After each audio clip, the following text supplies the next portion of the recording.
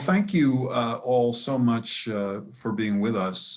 This is the first CLAFI lecture. CLAFI, by the way, is the Center for the Liberal Arts and Free Institutions at UCLA, the University of California, Los Angeles. This is our first, the first fall event, the first event for the academic year 2020-21.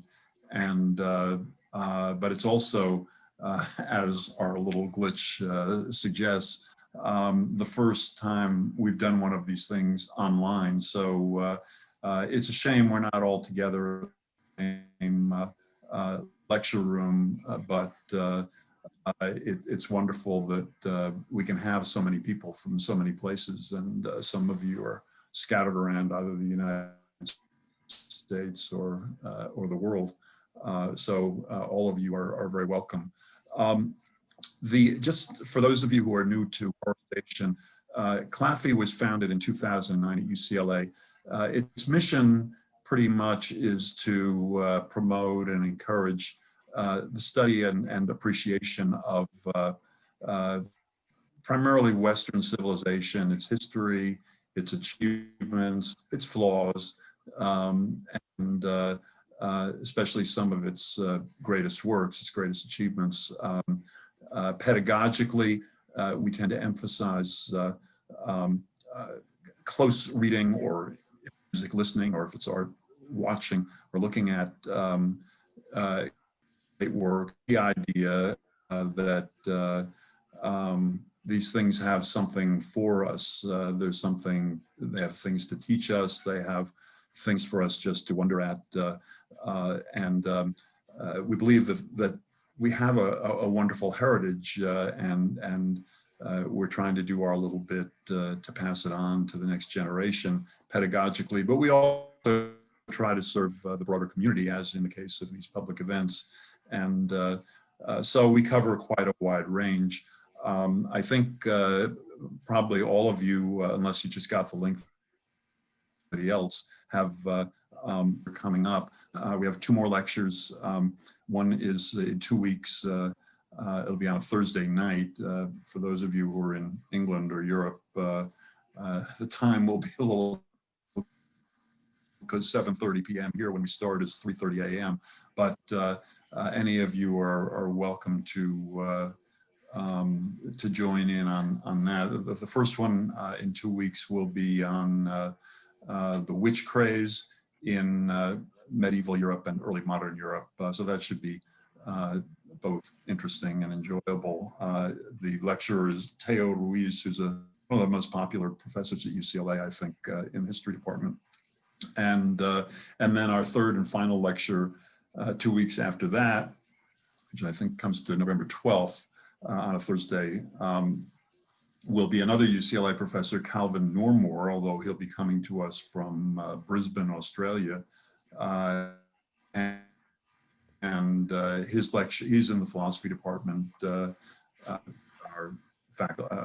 CLAFI, Center for Liberal Arts and Free Institutions, faculty steering committee, wonderful man. And his lecture is entitled in parentheses, a very short history of human rights, or natural rights rather. So if either or both of those topics interest you, come and sign. I'm sure you'll enjoy those lectures. One thing that we do that's, for a university to be sponsoring lectures, anything particularly unusual, but one thing we do is when we have people coming to UCLA, which is of course what we usually like to do, person sticks around for a couple of days, and then on Saturday leads a seminar on some kind of reading, or in this case, music that has been designated that people read or listen to, if it's art, look at. And then we sit around and talk about it for 2 hours. We then follow that with a kind of a social hour with pizza and pizza lunch, and we can't quite replicate that online, but those seminars are very good. Now, those are limited in size because we do want them to be real conversations and not lectures. So unfortunately, the ones for this term are now fully booked. The waiting list is not too long for the remaining 2 seminars. Ruiz's seminar is going to be on, it should be interesting, it's going to be on some of the, well, particularly the Black Plague and a little bit on other plagues earlier in history with various kinds of readings. And the seminar that Calvin Normore will be leading is on excerpts from a book by Thomas Hobbes called De Cive. If you know anything about the history of political philosophy, you know that Thomas Hobbes is a very major figure. Mostly he's known for the book Leviathan, but another important book that he wrote is De Cive, and we'll be reading some excerpts from that. But the best thing to do to find out about these events earlier or in advance so that you can sign up for the seminars and be on time and know about all the lectures is to get on our distribution list. And how do I get down to the next page here? Somebody know PowerPoint can tell me how to get to the next page. Just click. Click what? Any your space bar or the go right. There it is. There we go. Sorry. Gotta go do it again. Sorry, this is our first time online, and what happened? Well, I was just going to put the email address up there, but I'll just give it to you. It's my email address is Lowenstein, Lowenstein @law.ucla.edu. If you send me an email, I'll put you on the distribution list. And also, if you're not in Southern California, obviously, I don't know what the future is going to bring. I don't know whether we'll be having in-person events again starting in 2021 or not. I certainly hope we will by the middle of for the next academic year. I think the winter and spring quarters are up in the air probably. But I think that if these lectures go well, and I'm optimistic that they will, we'll probably continue to have an online presence. So even if you are in England or some other part of the US or someplace else, let me know. I'll put you on the distribution list just for those kinds of events so that you don't get bothered by messages about the ones that will actually be in Los Angeles. So that's all I wanted to say about our series and about the organization. So we'll turn to what you're here for, and that's we'll be hearing from Dr. Kay Kennedy, who is at the Life Writing Center at Oxford. It wasn't quite clear to me what that was, but Kay told me about it the other day, and it sounds very interesting. She can explain it better than I can. They consider biography and but other ways of looking at lives is the way I understand it. So look at memoirs and different kinds of history and and even more surprising or innovative ways of looking at the trajectory of human lives. Obviously, that embraces a very wide field, as does our center, CLAFI. We're sort of coming at from slightly different directions, but our interests really embrace so very much. So we have this overlap today. So it really is a pleasure for me to introduce to you Dr. Kay Kennedy. Daniel, thank you very much indeed. I'm absolutely delighted to be with you. I'm sad not to be able to be with you in person, but it's wonderful that it's been able to work like this. And thank you to everybody else for taking up your lunch break or your evening to listen to me. So, as Daniel said, the Centre for Life Writing, the Oxford Centre for Life Writing is the most wonderful institution. We're part of Oxford University, and we sit between English and history and philosophy and music and any other discipline that thinks about lives and the way that we tell the stories of lives, whether that's in a tweet or in a literary biography or in an opera. So it's fantastic fun. My work has always spanned music and literature, and so this talk will do the same. The purpose of the paper is twofold. Firstly, to argue for a body of war composers to parallel the First World War British war poets. And secondly, to explore how we might think about the very rarely made connections and parallels between these poets and composers. So moments of intense political crisis tend to generate moments of cultural crisis. And moments, and by moment I mean the 4-year moment of the war, are played out across the arts.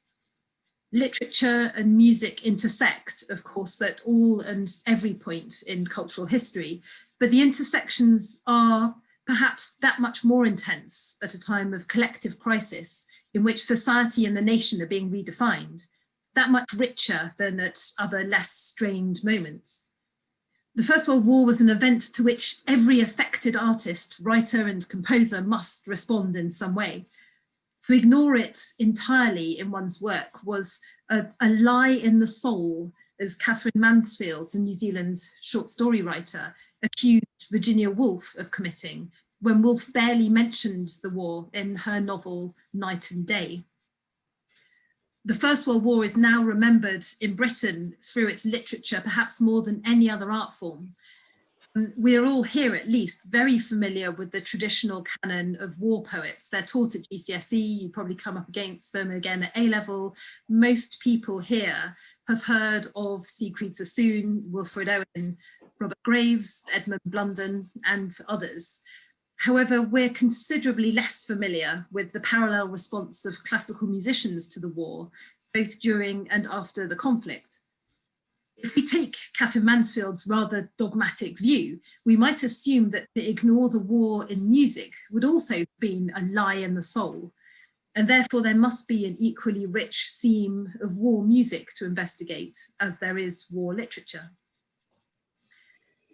Ivor Gurney combined identities as a war poet and a composer, and the very fact of his work in both genres suggests that there might be a genre of composition that has not yet been defined. If we can accept the war poet, then were there in fact war composers? The answer is, of course, yes, otherwise this would be a pretty short lecture. But as in literature, there were many different voices writing music from many different perspectives, both civilian and combatant. But firstly, can we establish what the difference is between a war poet or composer and someone who happens to write at a time when there's a war on? The concept of a war composer has never been defined, and that's partly what I want to think about today. War poetry, and I suggest war music, concerns itself with a relationship between art and violence. It tells the truth, it bears witness. And what that truth turns out to be is not necessarily what we might expect to hear. In order to define a body of war composers based on the model of the war poets, we need to widen our understanding of what war poetry actually can be. We're too used to sifting our war poetry to retain only those poets or poems that register horror, regret, and sorrow. We aren't so used to our ears to the voices that talk about patriotism, exhilaration, beauty, the nobility of death or heroism. They aren't terribly trendy, but they are there in the war poets, and they're certainly there in the body of war composers. Now, Wilfred Owen wrote in his draft preface to his poems that a poet's duty was to warn. He says, "My subject is war and the pity of war. The poetry is in the pity. Yet these elegies are to this generation in no sense consolatory. They may be to the next. All a poet can do today is warn. That is why the true poets must be truthful." Now, I don't know about in America, but certainly in the UK, it's an overquoted maxim. It's led to a tendency, this is my contentious view, to narrow our readings of Owen to ones primarily concerned with pity, and not to register the poetry that's fueled by anger, homoeroticism, or joy. The same artificial narrowing of focus might be said to be true of our conception of what counts as a piece of war music. Some might be concerned with pity, some might be to do with warning future generations, but others are concerned with working out personal trauma, with militarism and destruction, with nostalgia, celebrating beauty, or upholding concepts of heroism.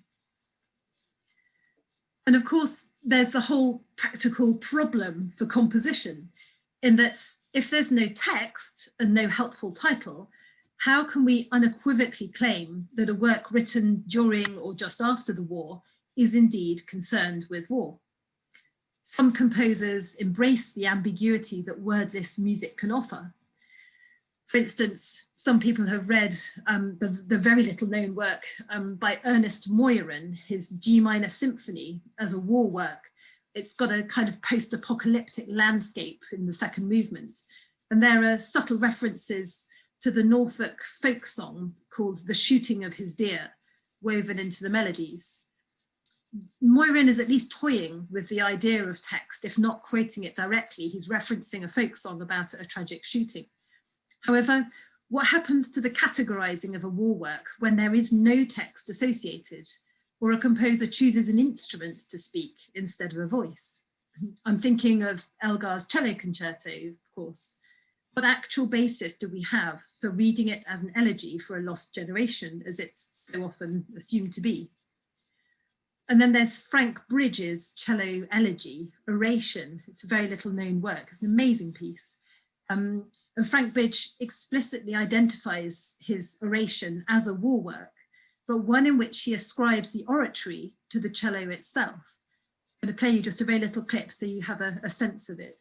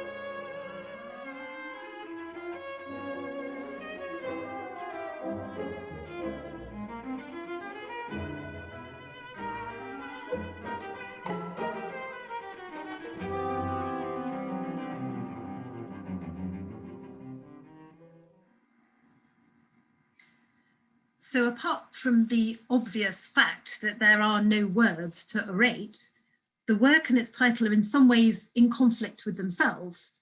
An oration is, strictly speaking, a formal ceremonial speech. It's not the job we would give a cello, perhaps, which is an intimate, understated and softly spoken instrument. But elegiac works which may not elegize, or orations which don't orate, are only the foothills of the mountainous terrain that is the creation of a canon of war music. The act of canonizing works written in response to an event, when the works are disparate, ambiguous, written over a long period of time, and by composers with varied and changing relationships to the war, is bound to be fraught with problems of definition. Now, music is both a public and a private act. The writing of it is private. Its performance can, of course, be intimate, and its intentions deeply personal. But a choral and orchestral work written for the purposes of mass commemoration to touch a public mood is undoubtedly a public act, however personal the sentiment behind it. For the composers unlucky enough to find themselves writing during the war, the question as to what an artist's duty in wartime is had to be addressed. There's perhaps a duty both to themselves and to those around them, and perhaps even to those who were absent. On the one hand, the war composer might, as the war artists were explicitly commissioned to do, record the events, the sounds and the sights around him, for posterity and to help civilians understand. He might be writing for the benefit of his fellow men, as Gurney claimed to do, to give back to them their own experiences in words, paint, or music. Equally, a war composer might be writing to exorcise his own trauma, to articulate the unspeakable, and to make artistic sense, or not, of the inexplicable. So with all these questions and possibilities in mind, let's look at who the possible candidates for the musical equivalents of Owen, Sassoon and Blunden actually are. Now, the war had come at a time of transition for British composers. The older generation, Sir Hubert Parry, Stanford, Edward Elgar, were all at the end of their reign. They were older men. They'd founded the big institutions like the Royal College of Music, and they were all kind of retiring at this point. And the younger generation that they trained up of enlistment age were coming through the ranks, particularly at the Royal College of Music in London. And these were Ivor Gurney, Arthur Bliss, Herbert Howells. They were all students there in 1914. Vaughan Williams, approximately a decade older than the undergraduate composers, interrupted his work to enlist. Of those composers who went to fight, at least 5 were killed. Among them, the glamorous Olympic rower, Frederick Septimus Kelly, and the precocious young Cambridge pianist, William Dennis Brown, both of whom were at the forefront of new music in England. In May 1914, Dennis Brown performed the London premiere of Alban Berg's first piano sonata. He was way ahead of the curve. And Brown had already written some very ambitious orchestral works and some of the most beautiful songs in English, even as an undergraduate. The song To Graziana, Dancing and Singing, set to an Elizabethan text, is a masterpiece. He was devoted to the poet Rupert Brooke, who couldn't wait to get out to the front. Brooke's enthusiasm was infectious, and he swept Brown and Kelly along in his wake. They enlisted really to follow his example.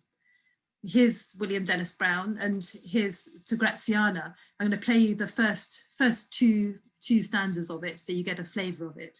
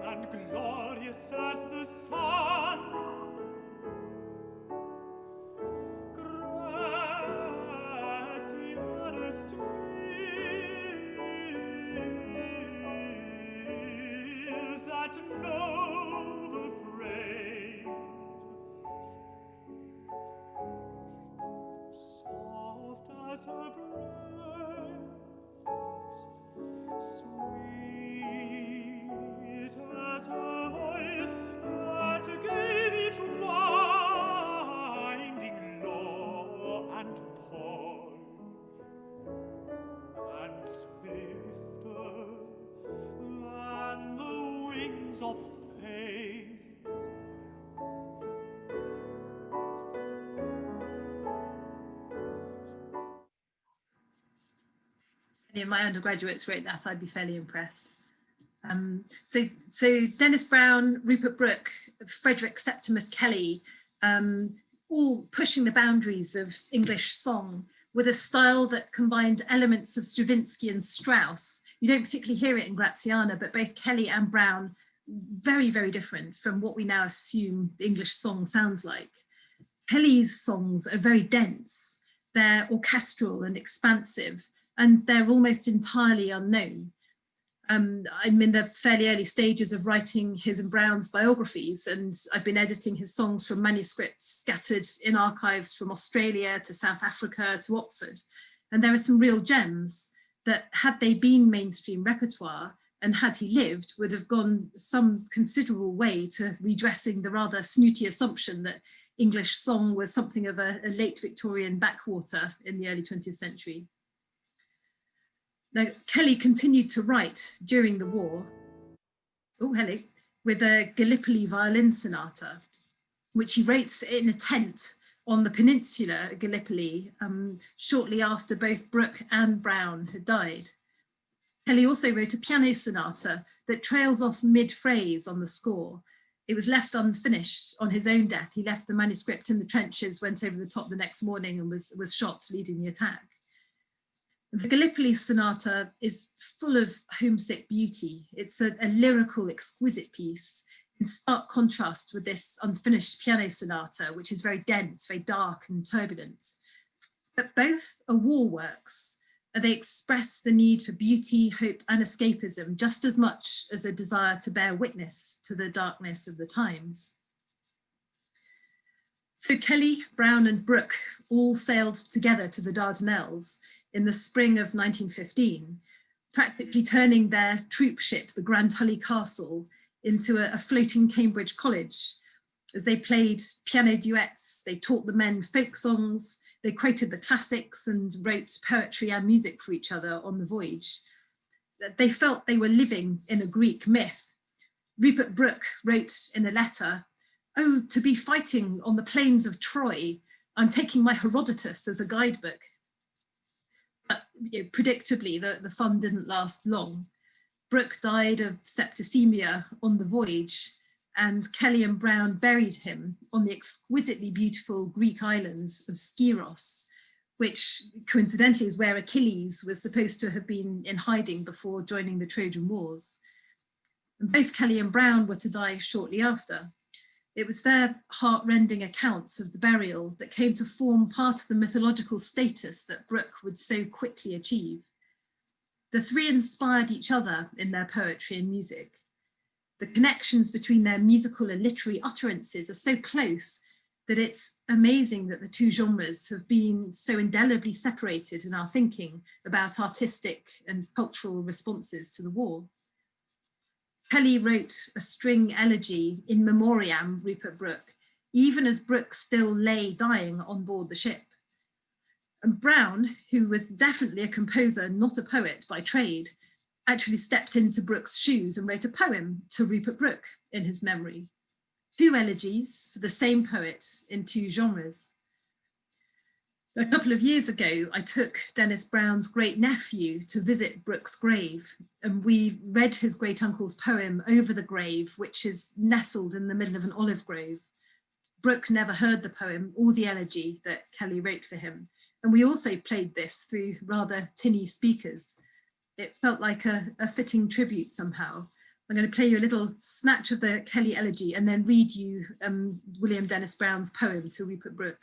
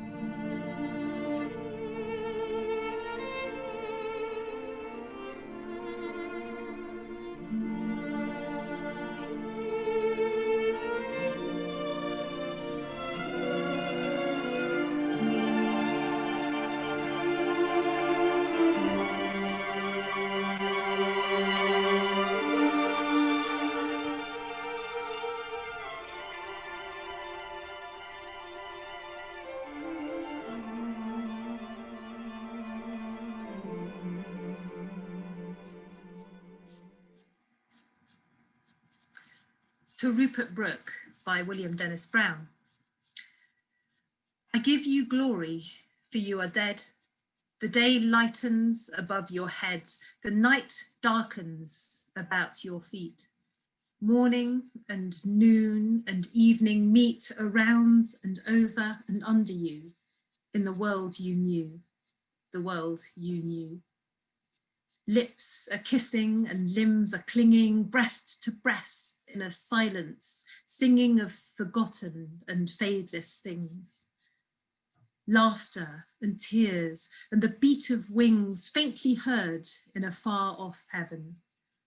Bird calls bird, the unquiet, even, ineluctable ebb and flow flows and ebbs, and all things go moving from dream to dream, and deep calls deep again in a world of sleep. There is no glory gone from the air. Nothing is less. No, as it were, a keener and wilder radiance glows along the blood, and a shouting grows fiercer and louder, a far-flung roar of throats and guns. Your island's shore is swift with smoke and savage with flame, and a myriad lovers shout your name, Rupert, Rupert, across the earth. And death is dancing, and dancing birth, and a madness of dancing blood and laughter rises and sings and follows after all the dancers who danced before and dance no more, and dance no more. You will dance no more. You will love no more. You are dead and dust on your island's shore. A little dust are the lips where laughter and song and kisses were, and I give you glory, and I am glad for the life you had and the death you had, for the heaven you knew and the hell you knew, and the dust and the dayspring which were you. In general, war poets had the advantage on war composers. It was infinitely more practical to write a poem than a piece of music while on active service. This meant that, although there were exceptions, the job of war composition was largely postponed until after the war, and so was left to the composers who returned. Browne didn't write any more music after 1914, and we'll never know, of course, what the poets and composers who didn't survive might have gone on to write had they had the chance. For poetry, the losses were Rupert Brooke, Wilfred Owen, shot within days of the Armistice, the young Scottish poet Charles Hamilton Sawley, and the wonderful Jewish poet from the poor East End of London, Isaac Rosenberg. They were young, but they wrote prolifically up until their deaths, so we have a body of work that shows their promise. Their musical counterparts, the war composers who died, did so largely before they had the chance to put their wars into music. Frederick Septimus Kelly's final works hint at how he was already beginning to assimilate his war experiences into innovative, strikingly original work. It's very likely he would have changed the shape of post-war music had he survived. George Butterworth is perhaps the best known of the young composers who never returned. Before the war, he'd set to music the poetry of A.E. Housman, the author of the collection A Shropshire Lad. And these pre-war settings of Housman represent most of Butterworth's legacy. He is, in a sense, a perfect example of a composer whose readings of text are so compelling that I, for one, can't read Housman without hearing the subtle rhythms of Butterworth's melodic lines. What would Butterworth's Housman settings have sounded like if he'd continued to write them after the experience of the Somme? We can't know how he might have reinterpreted Housman's insistence on the glory of premature death in the light of his war service. Housman's poems seemed so relevant to the First World War that many have assumed he was actually writing about the conflict, the lads who will die in their glory, as he has it. But actually he'd written his poetry collection, A Shropshire Lad, back in 1896, with other colonial wars in mind. But the poems were adopted as one of the iconic texts that accompanied soldiers into the trenches. They became appropriated as First World War poetry, even though that had never been the original intention. And Housman loved this. He noted in his diaries with a rather ghoulish pleasure an instance in which two injured soldiers waiting to be taken out of the line had been left together. One had taken his copy of A Shropshire Lad out of his pocket to offer to the other to take his mind off things, and the other had pulled out his own blood-stained copy. It was the nearest thing to the Bible, and there were even instances of a copy in a breast pocket deflecting bullets. No wonder Butterworth's beautiful, delicate pre-war Houseman settings found such a strong resonance during and after the war. Now, Houseman's texts are not, strictly speaking, war poetry. They don't bear witness to conflict, but they are works that serve as containers for others' emotion, to use the psychoanalyst Wilfred Bion's terminology. They contain our emotion by being deliberately timeless and non-specific. They address nostalgia, beauty, and early and violent death in a way that allows any generation to read into it their own experiences. Like those writers who claimed to write of war on behalf of their contemporaries, such as Vera Brittain and Wilfred Owen, Houseman's poems speak for a generation, but years before that generation knew what it was it wanted to say. No wonder that it was to these containers, these molds for war poetry, that composers turned during and after the war to pour out and shape their war experiences.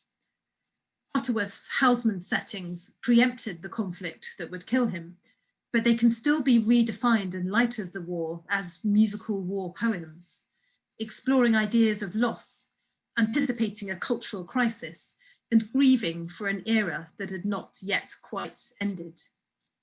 Now here's a little bit of one of Butterworth's most famous settings of a Houseman poem, The Lads in Their Hundreds. The lads in their hundreds to Ludlow come in for the fair. There's men from the barn and the forge and the mill and the fold. The lads for the girls and the lads for the liquor are there. And there with the rest are the lads that will never be old. There's chaps from the town and the field and the till and the cart, and many to count are the stalwart and many the brave, and many the handsome of face and the handsome of heart, and few that will carry their looks or their truth to the grave.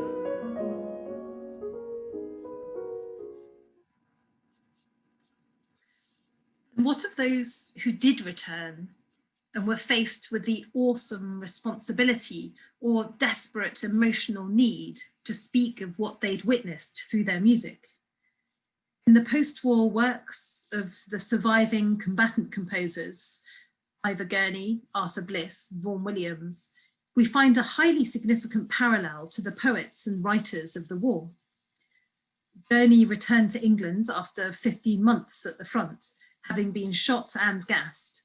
He'd written nearly 2 collections of war poems and composed 5 new songs, some written practically in the front line.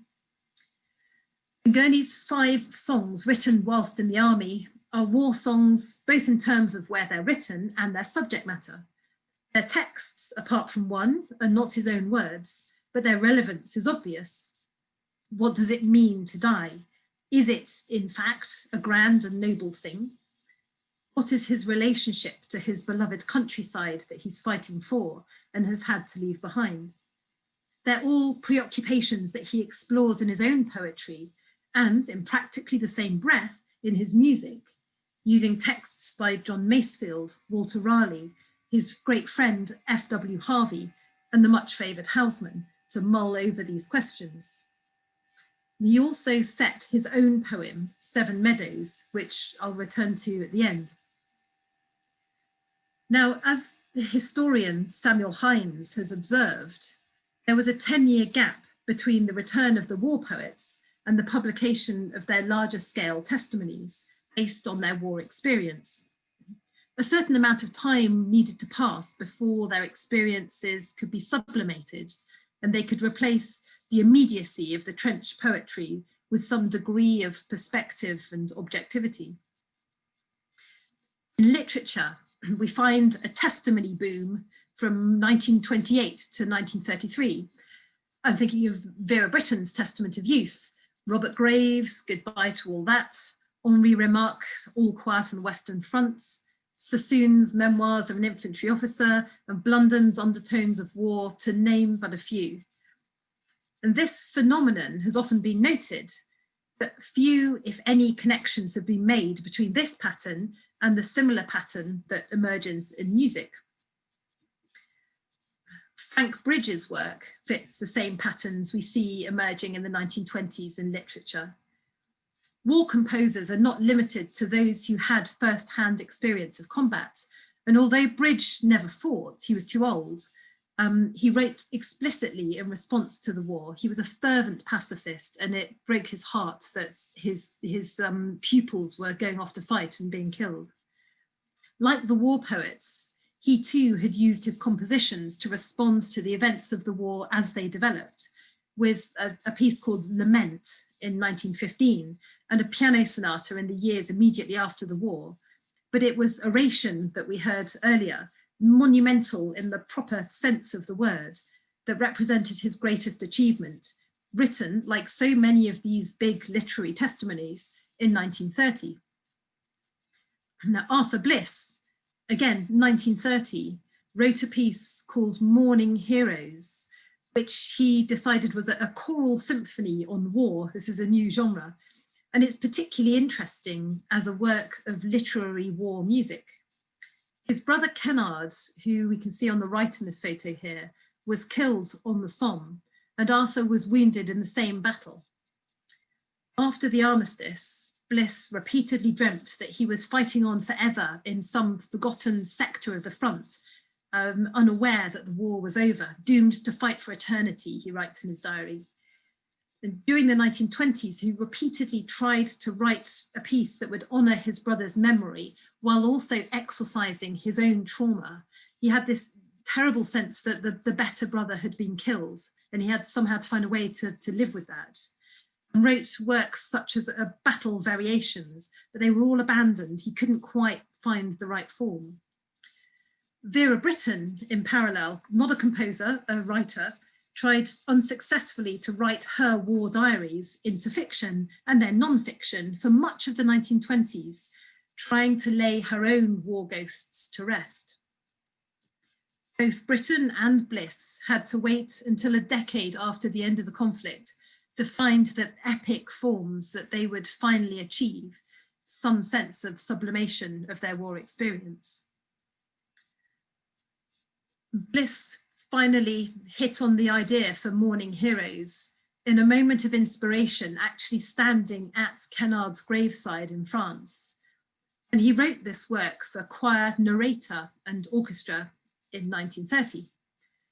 It draws on war poetry for its voice, pulling together poets of wars from the ancient Greek to the contemporary to shape a musical argument about heroism and death on the battlefield.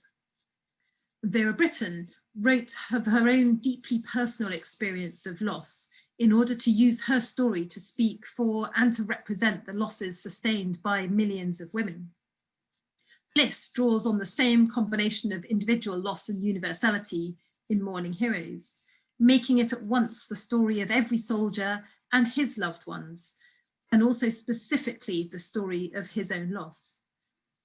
And he does this by his own very careful choice of war poetry. He circles around the conflict that still haunted him, but inching ever closer towards it, starting off centuries away with the ancient Greeks, moving closer through Walt Whitman's drum taps, to going back again to embrace Hector's farewell to Andromache, a roll call of heroes, then back to the city arming as the men of New York rush to join up, until finally he just about manages to bring himself to contemplate the moment that he can hardly bear, the morning on the Somme battlefield on which his brother Kennard was killed.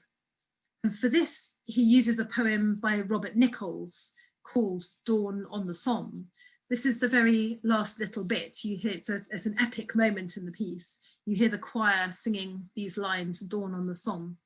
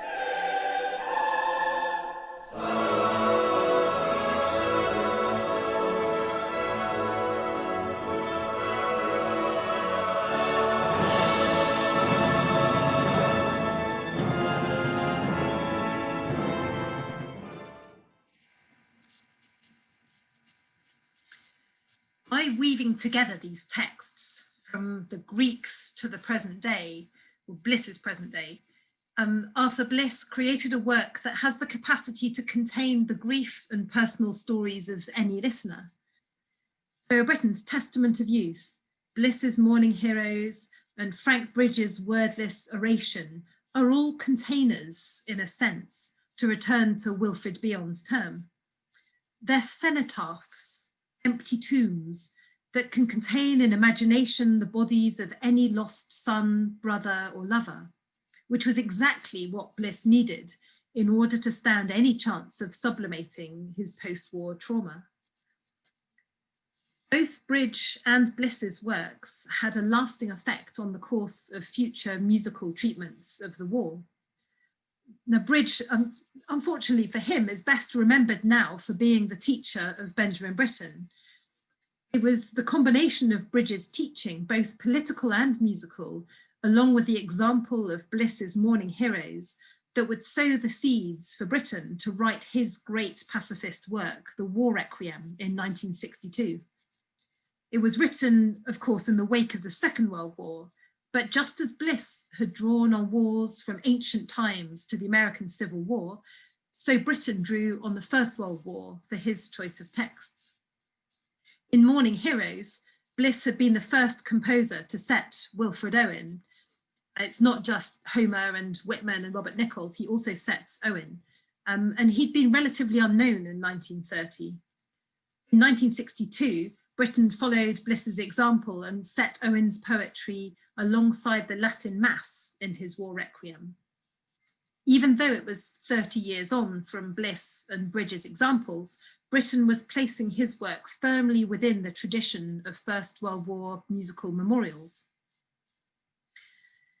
Now, I've looked at who the musical equivalents to the war poets are, talked a little about what they wrote, why they're so little known, and the particular difficulties of composing during active service. I've touched on the patterns that emerge across both genres, the wave of monumental works in both literature and music a decade after the Armistice. But I've deliberately tried to refrain from talking too much about Ivor Gurney, despite the fact that he is easily the most fascinating and tragic of the 1914 generation. I've spent a mere 15 years researching and writing his biography, Dweller in Shadows, the story of Ivor Gurney, which will be published by Princeton on the 4th of May. This is clearly a shameless plug. I'll concentrate exclusively on Gurney for the seminar that Daniel mentioned earlier. So I don't want to do too many spoilers for those of you who are able to join me for that. However, it's impossible to talk about the relationship between music and literature of the war without at least ending with Gurney, one of the only people in British culture who was equally brilliant as a poet and a composer. So I'd like to conclude with Gurney's song Seven Meadows, an incontestable example of musical war poetry, or poetical war music, if you will. Gurney wrote both words and music in the trenches, composing the song within a couple of weeks of writing the poem. And as so often with Gurney, it isn't what we might expect. It challenges our perceptions of what a war poem might look like, as it isn't concerned with mud and slaughter.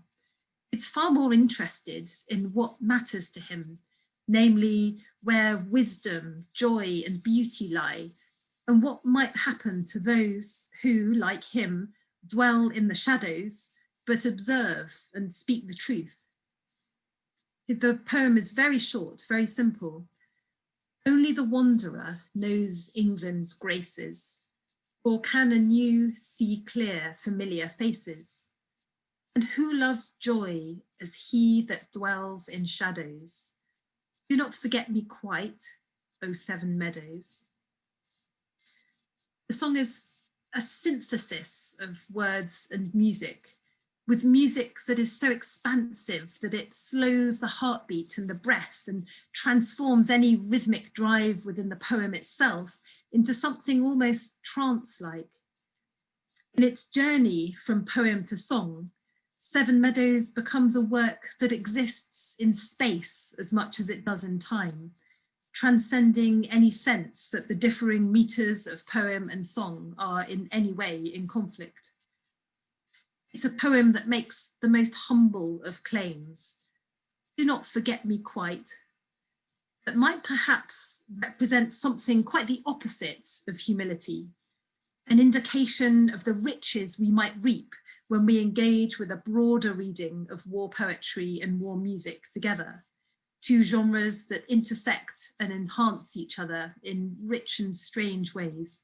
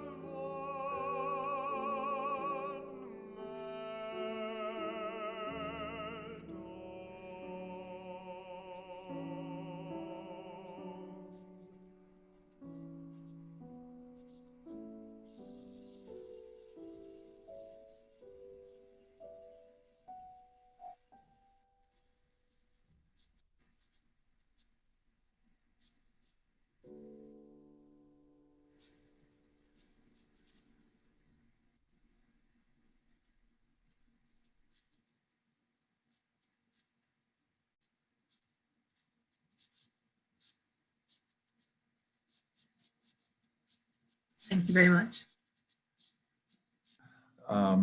Thank you so much. That was quite an ending moment. Would you like to ask questions? And I think probably the best thing is just to speak up, and we'll just take them one at a time.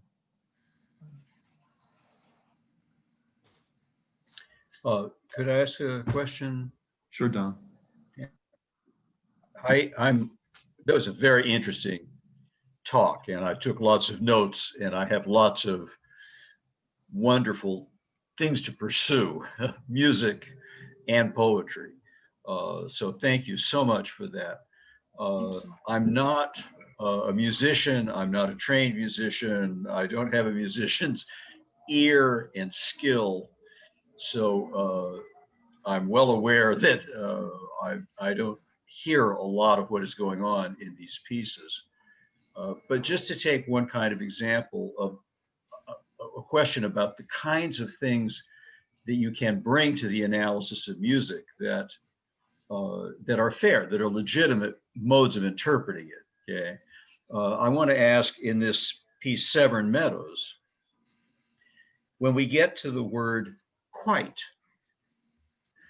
the melody sort of descends, and then it comes to something which, I mean, it's pretty muddy on the internet, I admit. You know, you can't really hear it well, but it sounds suddenly very kind of dissonant.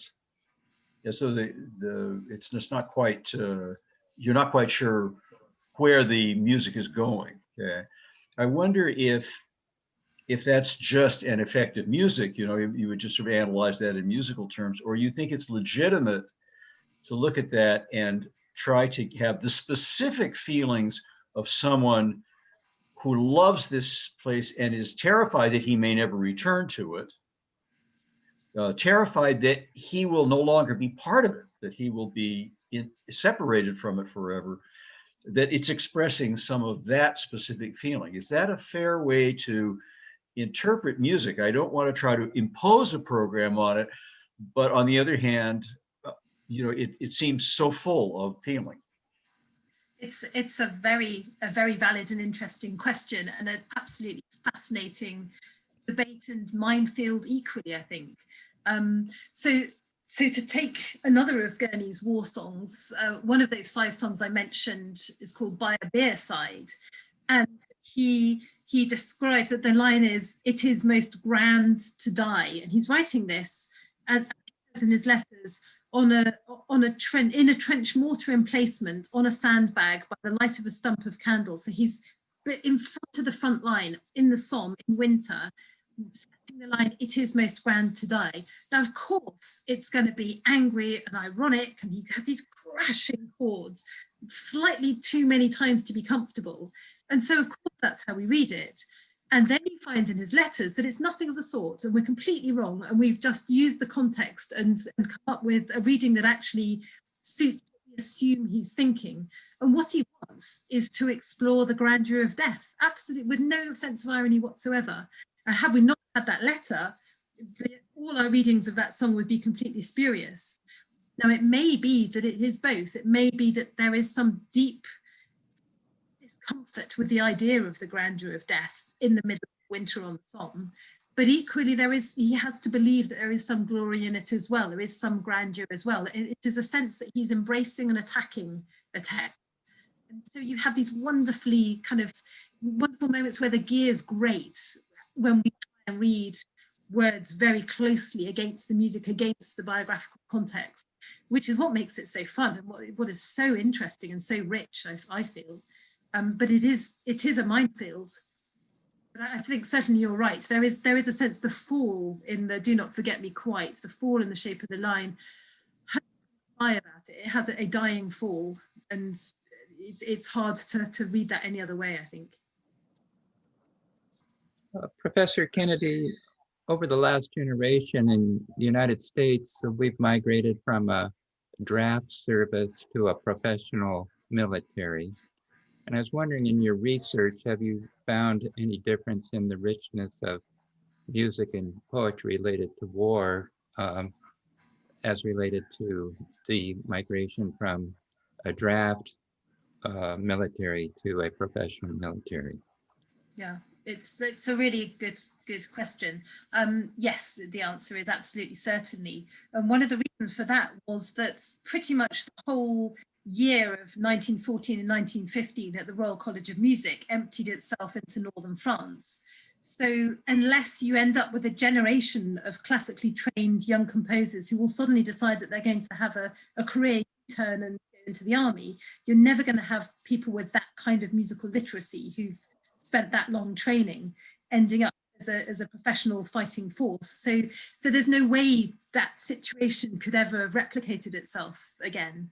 However, there is wonderful poetry that comes out of the army because it is not that it's easier at all to write poetry, but it's easier on the hoof, so to speak, and it's easier with a piece of paper and a pencil to write something down, scribble something down, and if the emotion is strong enough and there is a sense of, you know, sort of literary articulacy and a love of words and a love of the shapes of words, you can write something very powerful. So the short answer would be, I think there has been much great poetry that's come out of the army, whether it's 20th, 21st centuries, but music, not anything like so much. Okay, thank you so much. Hank. Okay, this is Good. perhaps a variation on the last question.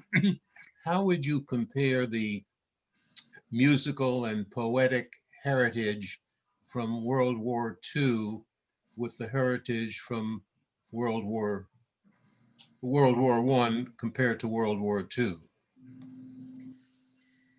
Yeah, it's an interesting one, isn't it? I think sort of off the top of our heads, there aren't quite so many great names. There are some. There are great poets from the Second World War. Not so many great composers, and I don't know why that is particularly. I don't know that anyone's ever studied it. There are great pieces like War Requiem written about the Second World War, but Britain wasn't fighting. Famously wasn't fighting. He was a pacifist, nearly ended up in prison over it. So it's hard to know why. I think it was just that the First World War hit this golden generation of college students who were all going to go on to be these huge names, and that some of the great British composers, particularly so William Walton and Benjamin Britten, were all slightly too old to fight the Second World War and too young to have fought the first. So there is a kind of 1930s generation that misses it. It sort of skips a generation, if you see what I mean. But and the First World War is known as the most literary war in history, certainly in Britain. Whereas, of course, you have wonderful Vietnam War poetry, which we don't have. So each war, I think, generates its own literature. And it just depends whether it's come at a time when poetry is in currency and whether it's what people will naturally turn to. If you're taught to memorize poems at school, you're much more likely to sit down and write a poem in the trenches. But I think the music thing is just almost a kind of coincidence of dates of birth as much as anything. Do you think the element of propaganda impacted the difference?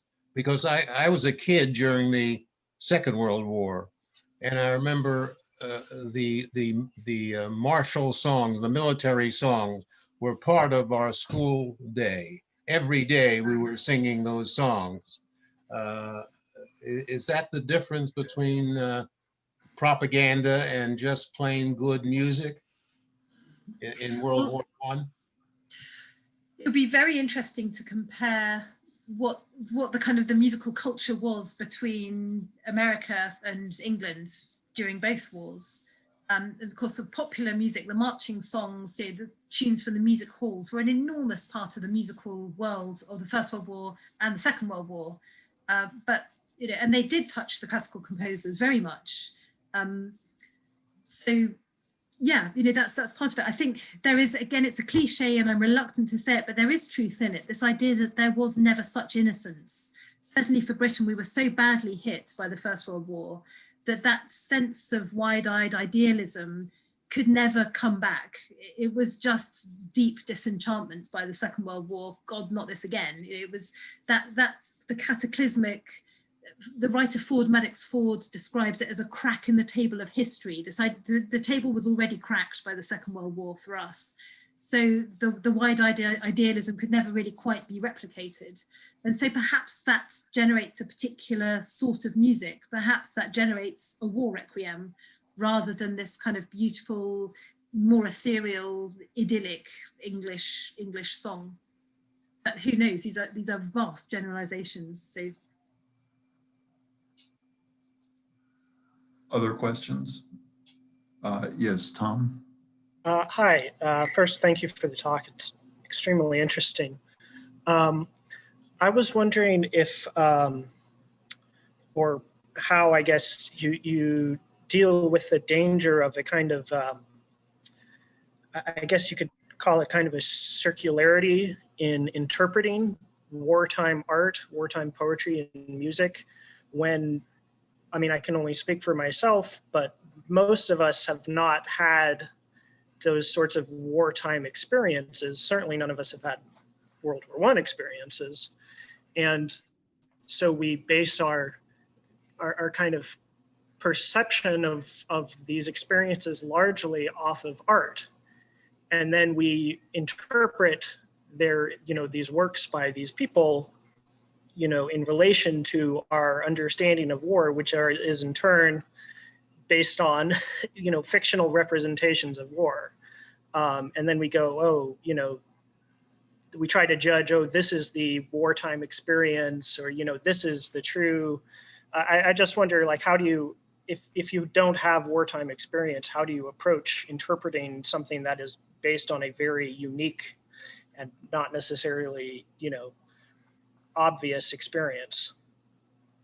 Yeah, it's desperately important to hold that difficulty, that circularity in mind all the time when you approach these things, because we can hardly move for our cultural assumptions about the war, the sentimentality of it, depending on our perspective on the heroes or not heroes. These things all affect the way that we read it, and it's almost impossible to see through all that. I mean, Rupert Brooke is the ultimate example of it. He was almost a myth before he'd even died. His poems were being preached from the pulpit of St. Paul's Cathedral. He was a legend in his own lifetime. How do you cut through that and actually look at what the poem is trying to tell us?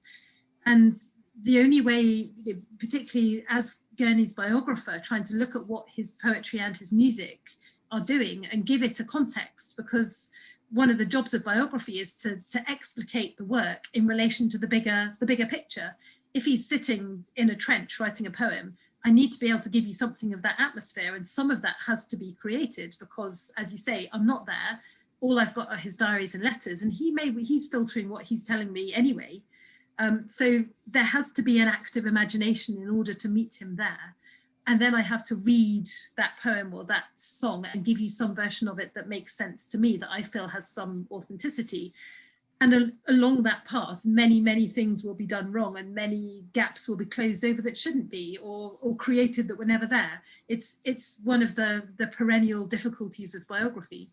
And I hold up this example of By a Bearside, how to enormously misread a song, but also with some element of truth as well. As a cautionary tale to myself and to others as to how not to read a war work. And what I try to fall back on doing, or try to keep in mind, is constantly to look at these pieces and say, what is this music telling me? What is this poem doing? How is it functioning? How is it structured?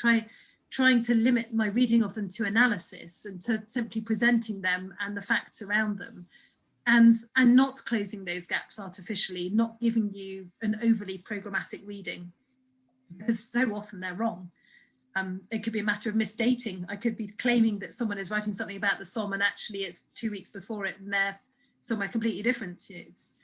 These things get confused and misdated and redated all the time, and we only have the composer's word for it, if we do at all, as to what they intended by the song. Quite often Gurney will tell us 2 or 3 different things that he intends by one song, and none of them may be true. But yet somehow our job as a biographer is to make some sense of all this in a way that deepens our reader's understanding of the work.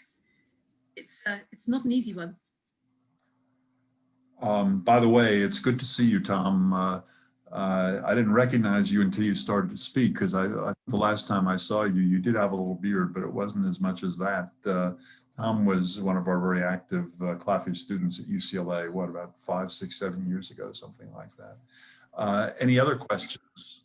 I wanted to ask you, Kate, when I think of that period in music, and like Don, who spoke earlier, I'm certainly no authority on classical music, but you know, the works that I think of the most, I think, with that decade are the big works of Stravinsky, Petrushka and Firebird and that kind of thing. And they're so, you know, they're filled with dissonance and clashing, and they're very violent works. And you said at the very beginning of your lecture that the British musicians weren't going to just look at that side of war, and the selections you play certainly support that. But was there any temptation there to go in that direction with music, or perhaps to the contrary, were they making some kind of a statement in not writing their music in that manner? I think actually there is a whole other lecture that would change the way that we represent English music. So I played you a little bit of Frank Bridge. That his cello oration is very, very dissonant.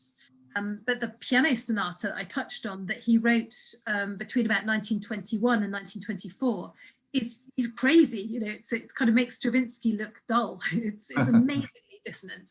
And it was so hard, it's so turbulent, it's so troubled.